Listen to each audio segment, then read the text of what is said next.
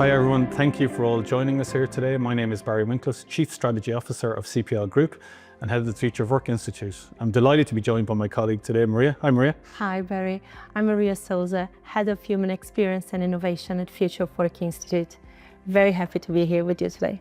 Thanks very much, Maria, and we're very excited to introduce part 2 of our Changing Expectations of Work and Life research. Today we're going to go a lot deeper on some of the research that we've done, and we're specifically going to focus around all things gender and generation. So I'm very excited to go deep on the research, discuss some of the core findings, and really some of our perspectives from the Future of Work Institute on what that may mean. We're also going to be joined by my colleague in the UK, Cleve Flowerdew, who is going to talk about some of her perspectives on the research and some of the things that really resonated with her. So let's get into it. For those of you who don't know and couldn't join us at session 1, the Changing Expectations of Work and Life research is really a deep dive on how all of us are working today. And within that research, we covered over 1,600 people and respondents, and we involved a number of organizations to gather this information. And we got a lot of really interesting insights from the research. Fundamentally, we covered 4 main islands around the world of work. One is around compensation and benefits. Second was around leadership and culture. Third was around employee experience. And we also discussed areas around organizational stability and dynamics.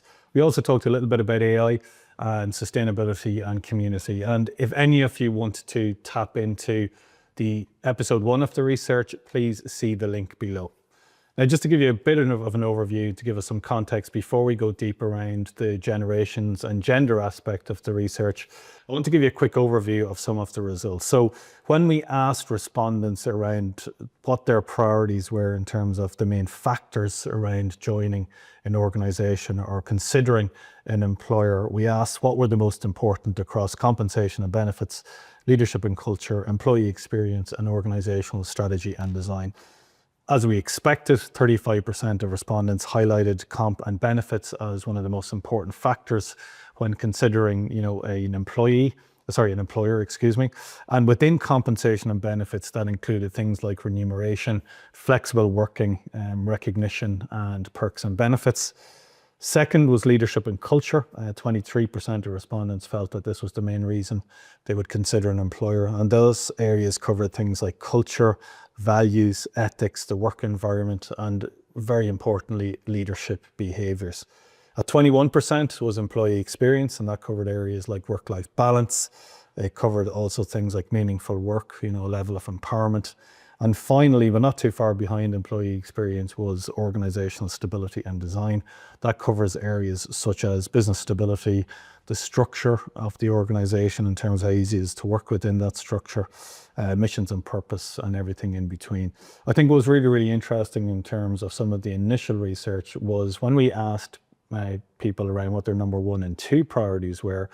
Interestingly enough, leadership and culture wasn't that far behind compensation and benefits. So 62% of people put compensation and benefits as a number 1 or 2 priority, and over 54% put leadership and culture as an overall 1 or 2 priority. So not quite culture eating compensation for breakfast, but not too far away. So I think what we'd like to do now in this session is to really go deep on this research as it relates to gender and to generations. And to discuss this topic in more detail, I'm delighted to reintroduce Maria Souza, our Head of Human Innovation and Experiences.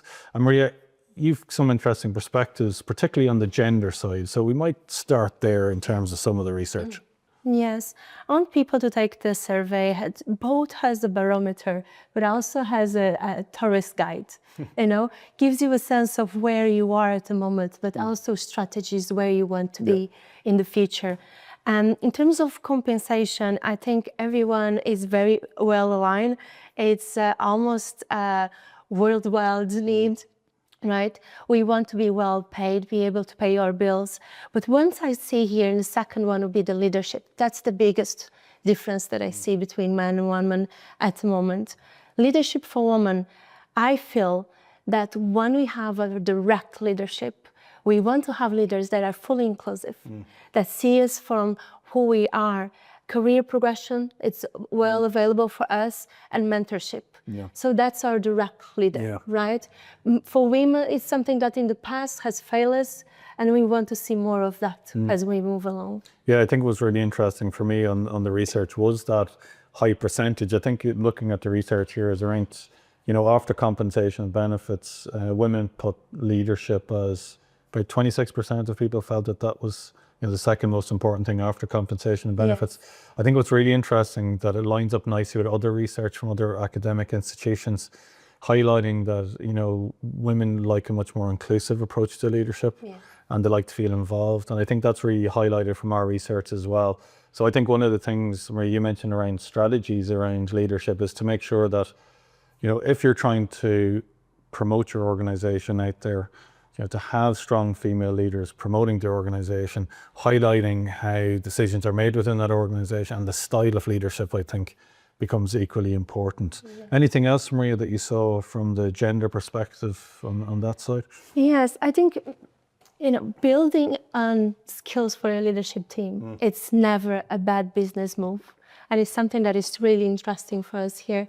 More and more, if the leadership team is providing the support they need, more women come on board. Right. Interestingly enough, when we went deeper on the compensation and benefit side of things around that differences between men and women, I was fascinated in the difference between obvious level of importance around remuneration, but actually the real importance that women put on flexible working arrangements, right? Yes, yes. So, that seems to align with some of the research out there.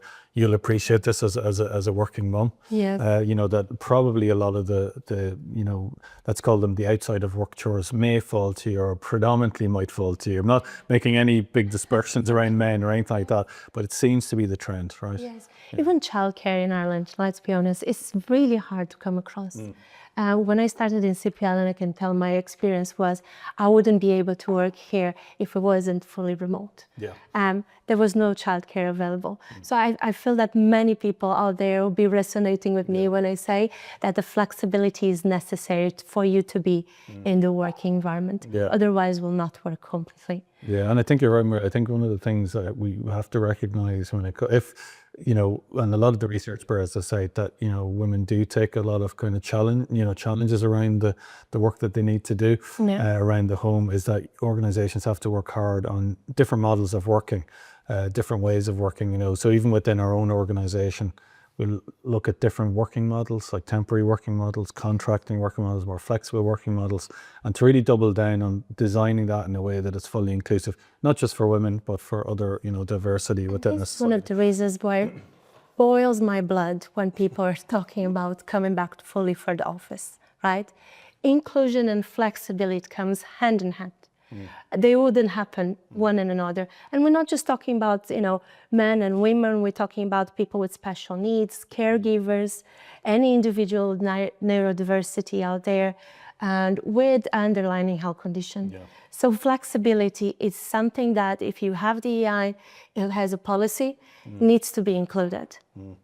I was actually interested when we looked at the leadership and culture element, which was second after compensation and benefits in the broader research. I was really interested between the difference of importance that men and women put on leadership behaviours. So over 25% of women highlighted leadership behaviours within the leadership and culture section as being important versus 21% from a male perspective. I found this one really, really interesting because I suppose from my experience of working with female leaders is that feeling of, and colleagues like yourself, wanting to be included. There's probably a natural focus on inclusive working practices when it comes to women. Right, that's been my own experience. I don't know what your experiences is there, but that seems to be calling that out from the research, because men, on the other hand, highlighted, very formal culture and value as more important. So there's something in that, I think, Maria, in terms of the behaviour side. What's your take on that? I feel that men are more focused on a broader culture and the value they place, right? That resonates with their own values, and everyone should do that, obviously, when choosing their next employer. But for women, it's a higher emphasis in how leadership directly impacts their experience at work. Yeah. And many of my jobs as I'm here today. And I was choosing leaders that when during the interview, they resonated with me. There was something for me to learn with them. They were inclusive, they were open, and they were open to listen and giving the flexibility that I needed. So I think that we're looking for that, more of that. Yeah, that's really interesting. And then when we look to the employee experience side of things, which was in third in terms of the 4 priority areas, again, not surprising, you know, given the compensation side, that, you know, really important within the employee experience part was the work-life balance. That obviously came up a lot higher on the female side versus the male side. So 39 to 40% for men, 49% for women. So it's quite a difference there. Again, probably highlighting that focus on, you know, the home, other elements around work, and probably the amount of effort that women have to put into that. We live longer for a reason, isn't it? Isn't. So it's not only about the caregiver that usually comes for the woman to look after, but it's also that we like that flexibility. We like to live and we like to work and have the balance. So we feel that this is not a perk anymore. Yeah. It's a necessity for us to be. It's a fundamental need that we have. And we're juggling caregiver responsibilities all along, that's a fact. But, you know, what I see here for me is that we want work and life balance, but we also want meaningful and sustainable work.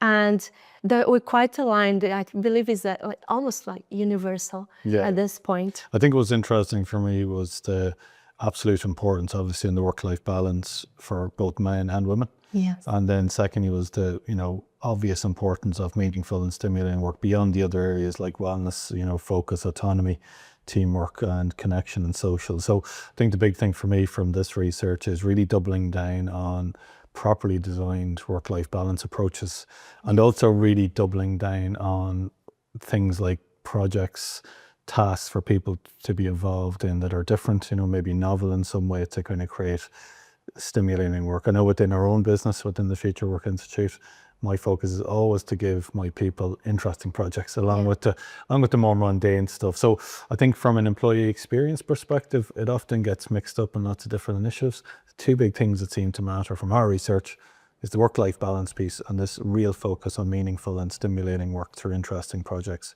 100%. Going to organizational structure and design, you know, really interesting stuff in here, Maria. Organizational structure design, just for everybody's benefit, covers things like business stability, mission and purpose, you know, the sector that organization is in, and the company reputation and the people and brand. I think it was interesting in here, you know, given the environment that we're living in now, Maria, there's a lot of change happening out in the markets. Business stability and growth was really important for both men and women. Nothing really surprising there. I think what is interesting was the higher percentage that women placed on mission and purpose in terms of the organization. About a 5% difference between men and women there. 21% of women felt that was really important, you know, versus a kind of a 16 to 17% on the men's side. So still important within the organization structure design, but more important for women, which is kind of interesting, right? What I feel here is that what it means in reality for a company, right, is to make sure that you communicate. Communicate the financial health, the stability of the company. Make sure that this is not just in a file somewhere, someone's computer, but you telling this as a narrative out there if you're wanting to attract this group. Yeah, really interesting. And I think, you know, broadly, I would say, Maria, from a flexible work perspective, you know, broadly similar from a you know, woman-man perspective, shall we say. And I think what's really interesting from our research on the overall piece beyond gender was that about 70%, more than 70% of people are availing of flexible working, and roughly 70% are availing from multiple forms of flexible working. So, you know, I always like to say the flexible working is here to stay. The form of which that flexibility is given will change over time, but we are seeing a big focus on hybrid working.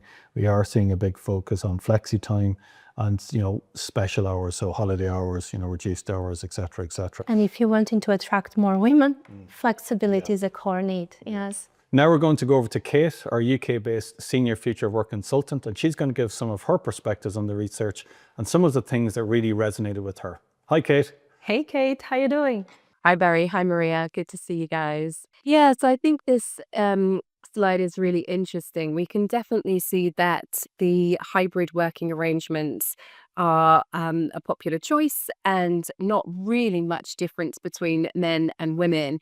And I know we've talked a lot about the arrangements around flexi and, what it is that our different genders are looking for. And of course, that topic around working parents, carers. The reality is this need for flexible working, this need for hybrid is not going away. And I think what's really fascinating is that out there in the world today, we definitely see quite a lot of businesses changing tact on this, asking everybody to come back to the office 5 days a week, in lots of ways reducing flexibility at a time when actually it feels like the demand for it is greater than ever. And for whatever that reason being, we know that throughout the generations, there's different desires and different drivers of that.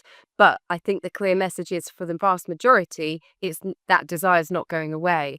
And actually, it's less of a want and more of a need for those that have set their lives up in a way that enables them to do the kids drop off, or for both partners in a relationship to be working if they've got caring arrangements or childcare needs, etc. So it's funny how there's a little bit of a sort of double message from lots of big corporates. We're hearing this kind of, everybody works better back in the workplace, but actually what employees need and want, definitely something different. And just picking up on something you said earlier, Maria, about as an organization, if you really do take diversity, equity, inclusion, and belonging seriously, then actually you really should be thinking about what are you doing for flexible arrangements. And if you're reducing hybrid or reducing the amount of days that you want people working from home and you want them back in the office more, then I'd be really thinking carefully about how you can offer that flexibility,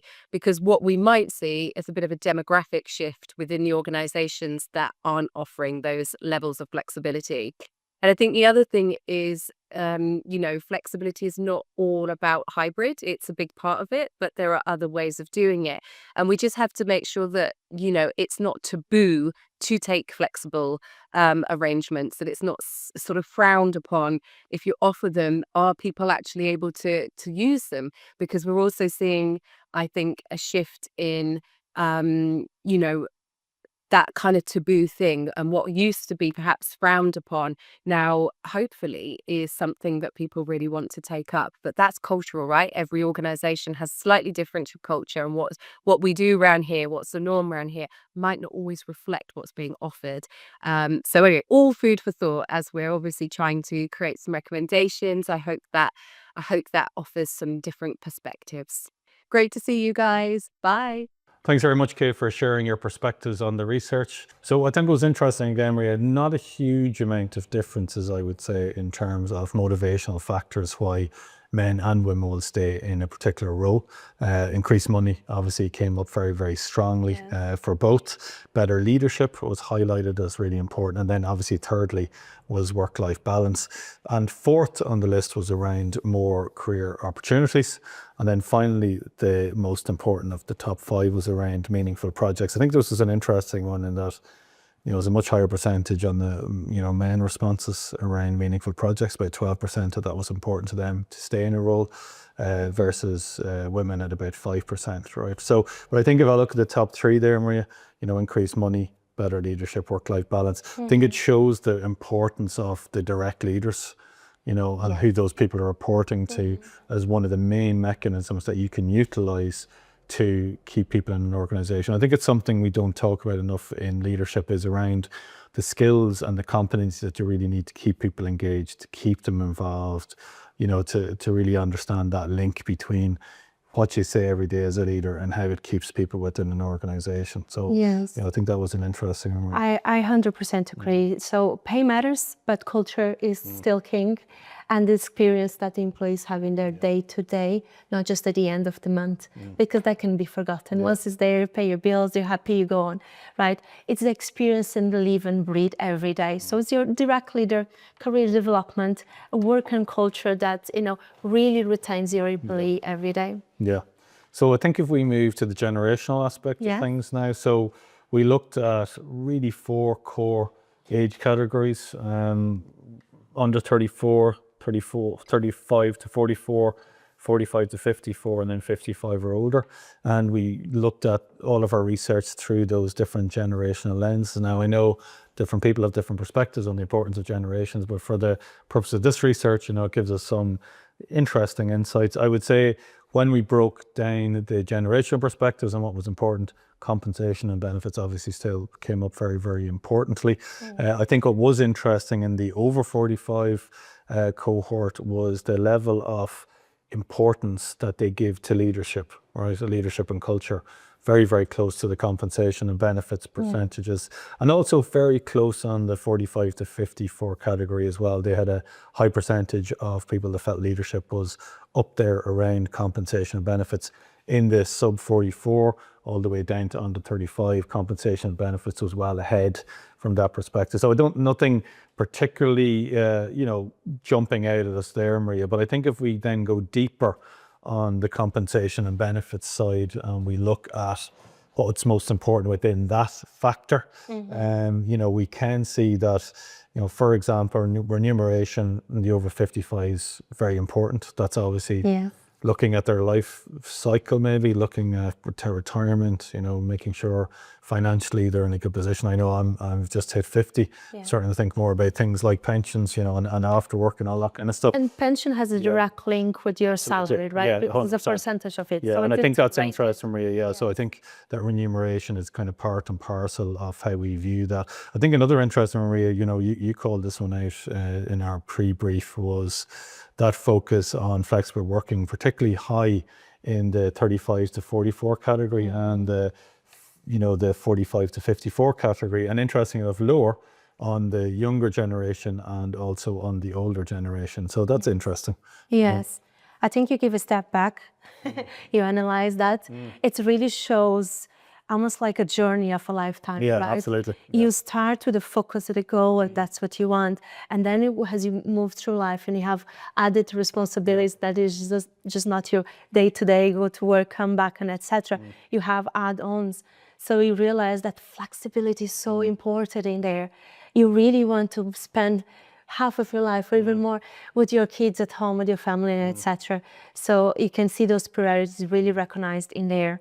Yeah, I think what's interesting on the flexible working, particularly if I look at the under 34s, 22%, still a very large percentage that highlighted a very important factor, for joining. But then that's the type of flexibility. Exactly, but they like to be in the offices, from other research, particularly if that office is an enticing place to be, it's a good work environment. Generally, the younger cohort from our research seem to be angling themselves more to at least having some kind of a hub to go to. They like the flexibility, but they also like this collaborative space in which they can be part of. So I think, that's interesting. If we move to leadership and culture, Maria, there's some really interesting perspectives, on that side, I think. Yeah. Ultimately, again, if we look across the age cohorts, a couple of really interesting ones jumped out for me, right? So if we look at the under 35 cohort, the importance of the work environment, right? And that comes back to the office, to the overall vibe of a place, right? And it's like you're almost learning from osmosis, right? You're connected to someone, I hear you talking, I knew how you position your body, how you reply an email, I can just tap you on your shoulder. And I learned like that, right? In my early careers. But as you move along, what I like to see here is a journey of learning throughout your careers. And you see that the focus in culture and values, it's so important and starts to ramp up. Yeah. Because probably people started to get burned here and there with the culture of the place. Yeah. Got a few marks, right? And those, we never forget them. And as we journey through life, get mature in our career, what I see here is like respect for the value and the environment that you are in and how important it is. Yeah. Sometimes you have amazing salary, but then your mental health gets affected by your senior leadership and how is your colleagues and how you treated and etc. So I see that pattern of learning what really, what you should value in life. And we can see cultural values and ethics, and leadership has the biggest one at the end of your career. Yeah, it's really, really interesting. Yeah, I think at that point that's your focus. And even the 45 to 54 group, quite high in terms of, both the culture side and also on the leadership side. So, really interesting perspectives there on the leadership and culture side. I think employee experience, again, broadly, not surprising, I suppose, all cohorts highlight work-life balance as the most important factor on the employee experience side of things, followed by meaningful and stimulating work across all cohorts there. Again, that's really, really important. I think relatively low, I'd say, Maria, in terms of the importance of a wellness focus within the organization, which I can kind of understand. Yeah, absolutely. But equally, if you've got the work-life balance, if you've got some meaningful work, we can kind of deal with everything else, I would say, right? And, followed then by autonomy, teamwork and collaboration and connection. So, I think again, Makes sense. simplifying the world, work-life balance, meaningful and stimulating work on the employee experience, really important across all cohorts equally, more or less. Organizational structure and design, which covers everything from business stability to mission and purpose and beyond. I think what was really interesting for me on this one, Maria, was the importance of mission and purpose, particularly on that older age category. And I was really interested in the importance of the business stability across all cohorts, but particularly across that 35 to 44. We're probably that age group looking for a more a kind of a more stable role, and one thing maybe more for a career, to stay in an organization maybe that little bit longer. So I think that was interesting. Yes, I have seen this a lot. So I mentor a few third, fourth year students, and I think because of the environment they are growing up, right? So we have the markets all over the place, parents coming home and talking about, maybe they even seen or heard about the IT massive layoffs. They are really aware. What is really interesting to see this young age so aware of the business stability and growth, right? So when they are choosing the next employer, they are really focused on making sure that the business is stable.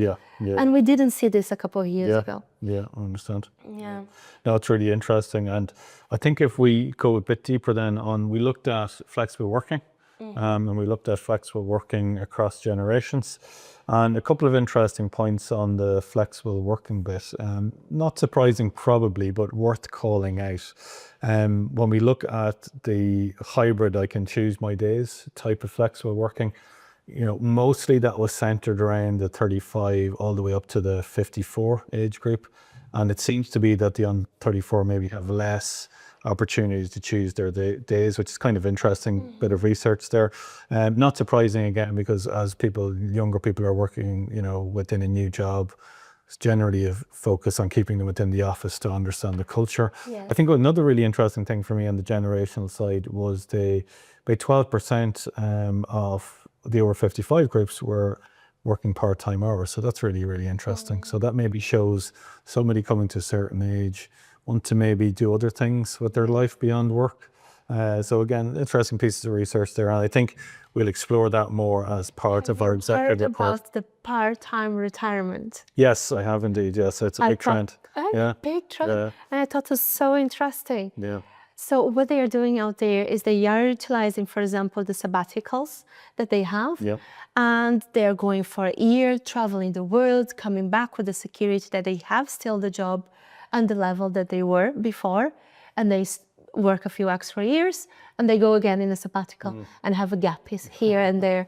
I thought it was extremely interesting. And we're actually seeing more of that at the Future Work Institute, different companies thinking differently about what this retirement thing actually is. I was actually involved in a really interesting conference with Mason Hayes and Curran organization, and we spoke a lot about that, thinking differently about the journey, right, the employment journey, and maybe even removing phrases like retirement and different phrases that drive all sorts of connotations. So I think we're going to see more and more of that. Just to kind of round it out, I suppose, Marie, on the generational side, motivational factors as to why different generations will stay in the current role. Really interesting, this one for me. High percentage, over 26% of people in the over 55 category highlighted better leadership as one of the main reasons, way higher than other areas, apart from, well, actually even more than increased money, I should say, looking at the research here, was a really key factor for that age group in terms of staying on.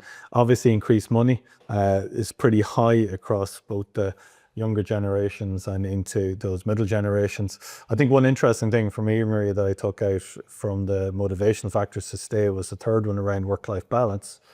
And that within that kind of 45 to 54 age group, 70% highlighted that as the most important factor. So it was actually level with better leadership and a little bit behind increased money. So that's kind of interesting, right? I think from an organizational perspective, what that truly means, right? So if you target early careers professionals is offer competitive salaries, career progression opportunities, and challenging projects, because that they will be all in. That's what they want. They are like, they have fire in their souls and they're going for it, right? Mid-career professionals, balanced and strong compensation, flexible work options, good leadership, and meaningful roles. That's what they need. For experienced professionals, what we can focus on will be autonomy, right? Purpose-driven work, and high-quality leadership to drive retention. So that's the biggest focus we can see overall. No, that's perfect. And so really, guys, are coming to the end of this second part on our changing expectations of work and life research. Don't forget to look at our first session that we did that will give you a broader overview on some of the research. I do want to call out an important piece, and that will be the launch of our executive report coming alongside with these reports on the changing expectations of work and life. That will be released on the 4th of April. And within that, you will get much deeper insights on some of the things we discussed today, Maria.